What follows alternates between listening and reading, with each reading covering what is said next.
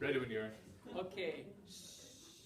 Okay, so before I tell you what I'm going to talk about, I want to tell you guys a story that happened to yours truly.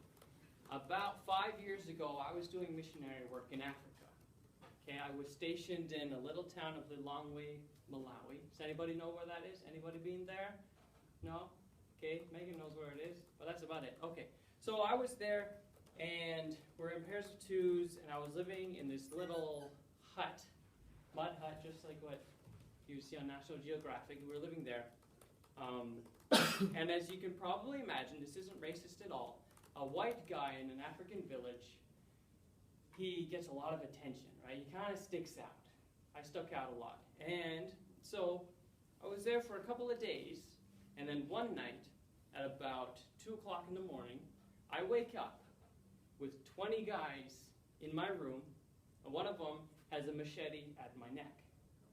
Which I have that machete on my wall at home. That's pretty cool. But they woke me up, and they took everything. They took all my electronics. They took all my clothes, except for the clothes that I was wearing. Luckily, we didn't keep our passports on us, so that wasn't stolen, right?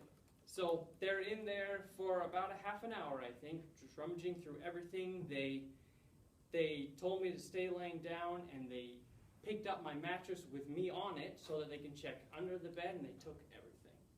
The guy I was with, he was a local, so he spoke the language, and he was sitting there negotiating for his stuff back, but not mine. He's a little dick. But so they took everything, all right? And the reason why I'm telling you this is because I'm sure we all know that when you travel, it pays to be Canadian, doesn't it? If people know that you're Canadian, they treat you a little better. And I knew this. So when I left, I had a backpack, and I had sewn a Canadian flag on it, just so that people would know that I'm Canadian. And it did give me a little, they treated me a little bit better, but they still took the backpack. They still robbed me. And since that backpack stood out so much, for the rest of the time I was there, I kept my eyes peeled for that backpack. I pitied the man that I saw wearing that backpack. But I never found it. Okay. Now, the reason why I'm telling you that story is because when some of you have asked me what I was going to talk about today, and I told you, you said that you hadn't even heard of it. And I hadn't even heard of this until I happened to see it on a global news back in September.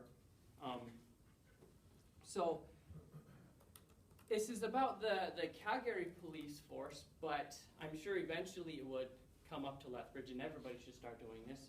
But they have a new department called the Online Stolen Property Team. And their job is to help us get our stuff back. How many people here have ever been robbed at all? Chase, put your hand up. Your car is broken into. We all know that. How many of you got your stuff back?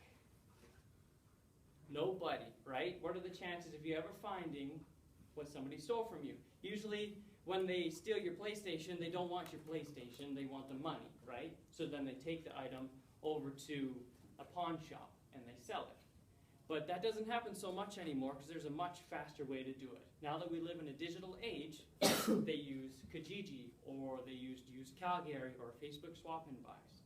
Now it's easy to steal something, you post your ad, and within 24 hours it can be sold and it can be gone, and then you're never going to get it back, right? So this new department in the police, their job is to track these people down. But they can't do it on their own. They need our help. So they encourage us to always take pictures of your valuables so that you can have proof and you know what it looks like. But then they say that when somebody steals from us, we report to them, and then we keep an eye on Kijiji. We go and look for it.